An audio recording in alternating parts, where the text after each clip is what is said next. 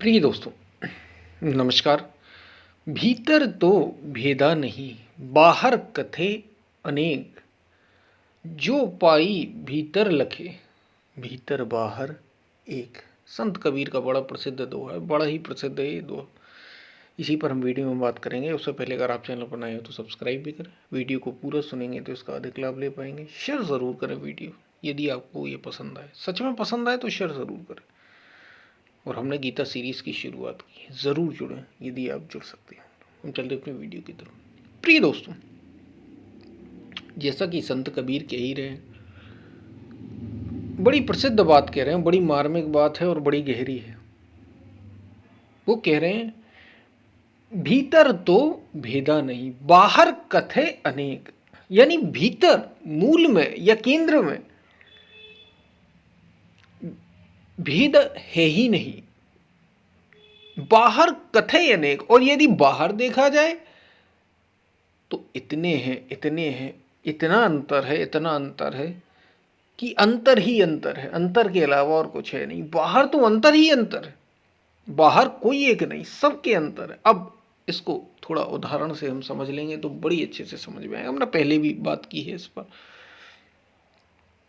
देखिए, मूल में वस्तु है यानी सत्य है, और बाहर यदि आप देखेंगे तो इसमें भेद ही भेद आपको दिखाई देगा। जैसे एक मनुष्य और दूसरे मनुष्य की मूल रूप से हम बात करेंगे। अभी हम ये नहीं बात कर रहे कि एक मनुष्य एक पशु है, एक मनुष्य है एक पेड़ पौधा है। हम तो दो मनुष्यों के बीच की ही बात कर रहे हैं। अगर शरीर देखोगे, और यहाँ तक कि हम पुरुष पुरुष की ही बात कर लेते हैं, ऐसा समझो स्त्री और स्त्री की ही बात कर लेते हैं, ठीक है, दो पुरुषों की या दो स्त्रियों की बात है। अगर शरीर के तल पर देखा जाए तो दोनों एकदम एक हैं। दोनों एक नहीं है, दोनों में अंतर है। क्या एक है दोनों? नहीं, दोनों में अंतर है। शरीर सबके देखने में तो एक से होंगे, लेकिन किसी के हाथों में 6 उंगलियां होंगी, किसी के में 5 होंगी। होता है या नहीं होता है?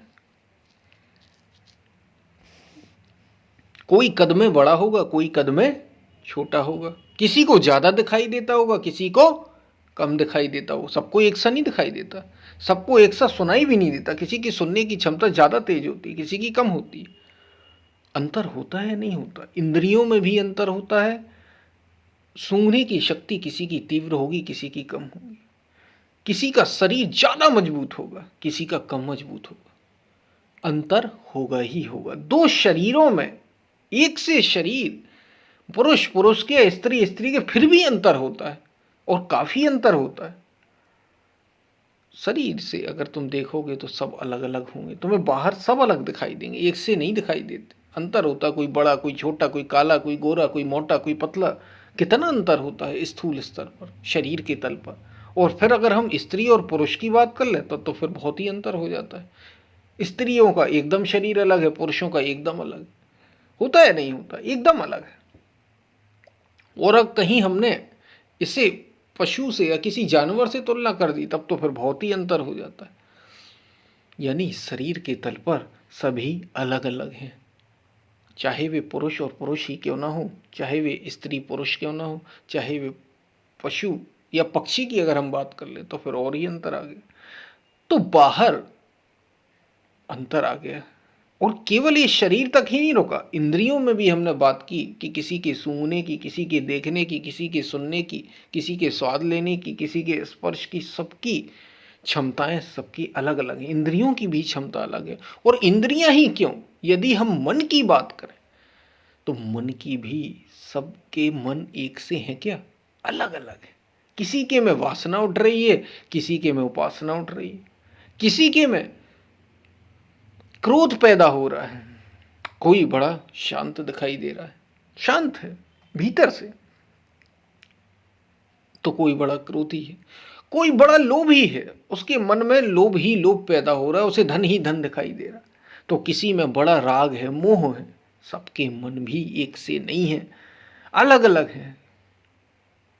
तो कितना अंतर है। इसी अंतर की बात संत कबीर कह रहे हैं कि भीतर तो भेदा नहीं, लेकिन अगर तुम आत्मा की बात करोगे, अब अगर बात आत्म तत्व की है या मूल तत्व की, तो वो अलग नहीं होती। वो ऐसा नहीं है कि मेरी और तुम्हारी अलग अलग हो, या स्त्री की या पुरुष की अलग अलग हो, या किसी जानवर की और तुम्हारी अलग अलग हो। नहीं, वो मूल जो तत्व है वो तो सब में एक समान, उसमें कोई अंतर नहीं। वो प्रकृति के क्यों नहीं है अंतर? क्योंकि वो प्रकृति के परे है। वो प्रकृति नहीं है, वो नेचर नहीं है, वो नेचर के परे। वो माया नहीं है, वो माया तीत है। इसलिए उसमें कोई अंतर नहीं। भीतर तो भेदा नहीं, इसलिए कहा जा रहा भीतर तो बिल्कुल भी भेद नहीं। बाहर कथय अनेक, लेकिन बाहर वो अनेक अनेक ढंग से व्यक्त हो रहा है, अनेक अनेक ढंग से व्यक्त हो रहा है। हरि अनंत, हरि कथा अनंत। अनेकों अनेकों ढंग हैं व्यक्त होने के। तुम जितनी भी दुनिया में ये रंग देख रहे हो, ये जीवन देख रहे हो, जो जिनमें सब में जीवन है, जो जीवन के रूप में आए, देखो कितने ढंग हैं। अनेक छोटे से छोटे जीव भी मौजूद हैं और सब में मौजूद है वो, लेकिन अनेक अनेक ढंग हैं सबके। बाहर कथे अनेक, जो पाई भीतर लख परे। जिसने भीतर उसे खोज लिया, जो भीतर उसे लख परे, उसे लख दिया, उसे जान लिया, उसे पहचान लिया, उसके लिए भीतर बाहर सब एक हो जाता है। वो फिर उसके लिए भेद मिट जाता है। यानी जिसे आत्मज्ञान, दूसरे शब्दों में कहें, जिसे आत्मज्ञान हो गया, जिसे सत्य का बोध हो गया, जिसने ये पहचान लिया, हर घट मेरा साइया सुनी सेज न को। ये भी संत कबीर का ही प्रसिद्ध दोहा है। हर घट मेरा साइया सुनी सेज न को। कोई सेज ही ऐसी नहीं है, कोई हृदय ऐसा नहीं है जिसमें वो ना हो। हर घट मेरा साइया सुनी सेज न कोय, बलिहारी घट तासु की। लेकिन उस घट पर बलिहारी है, उस घट पर समर्पण है, उस हृदय में पूर्ण रूप से समर्पण है। बलिहारी घट तासु की, जा घट प्रकट हो। जिस हृदय में वो प्रकट हो जाए, बस प्रकट होना है उसे। वो प्रकट अगर एक बार हो गया तो बस बलिहारी घटता, फिर उसके लिए भेद नहीं रह जाता। भीतर बाहर एक, जो पाई भीतर लख परे। जिसने भीतर उसे खोज ही लिया गहरे से गहरे में। जिन खोजा तिन पाइया, गहरे पानी पेट। उनने पाया है जिनने खोजा है, और बड़े गहरे में वो मिलता है। जो पाई भीतर लख परे, सो क्या होता है? भीतर बाहर एक। वो ये देखता है, वो ये जान पाता है, वो ये अनुभव कर पाता है कि बाहर भीतर एक अलग अलग है ही नहीं। जिसे हम भीतर कह रहे थे वही तो बाहर भी है, सब में वो फैला हुआ है, सब में वो व्याप्त है, उसके अलावा कुछ है ही नहीं। वही उसी को ये दृष्टि मिलती है कि सिया राम में सब जग जानी। वो ये जान पाता है, करहूं प्रणाम जोरी जुगवाणी। वो ये देख पाता है कि सब में वही परमात्मा है, एक समान दिख रहा है, एक समान रूपों में दिखाई दे रहा है। उस परमात्मा के अलावा कहीं कुछ है ही नहीं। वो देख पाता है, वो जान पाता है, वो अनुभव कर पाता है। हर घट मेरा साइया सुनी सेज न कोय, बलिहारी घट तासु की, जा घट प्रगट होए। वो ये जान पाता है। कौन?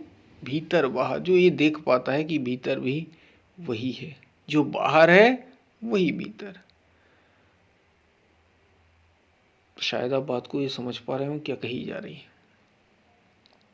परमात्मा तुमसे अलग नहीं और तुम परमात्मा से अलग नहीं।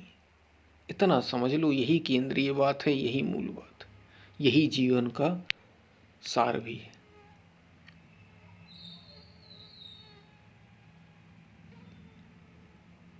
तो शायद आप बात को समझ पा रहे हो क्या कही जा रही है। हम फिर मिलते हैं, तब तक के लिए धन्यवाद। और यदि आप अभी तक गीता सीरीज से नहीं जुड़े, ज़रूर जुड़ें और शेयर करें वीडियो को जहाँ जहाँ भी आप शेयर कर सकते हैं। यदि आपका कोई प्रश्न हो तो कमेंट में पूछ सकते हैं। इस संत कबीर के हमने बड़े ही प्रसिद्ध दोहे की बात की। हम फिर मिलते हैं, तब तक के लिए धन्यवाद।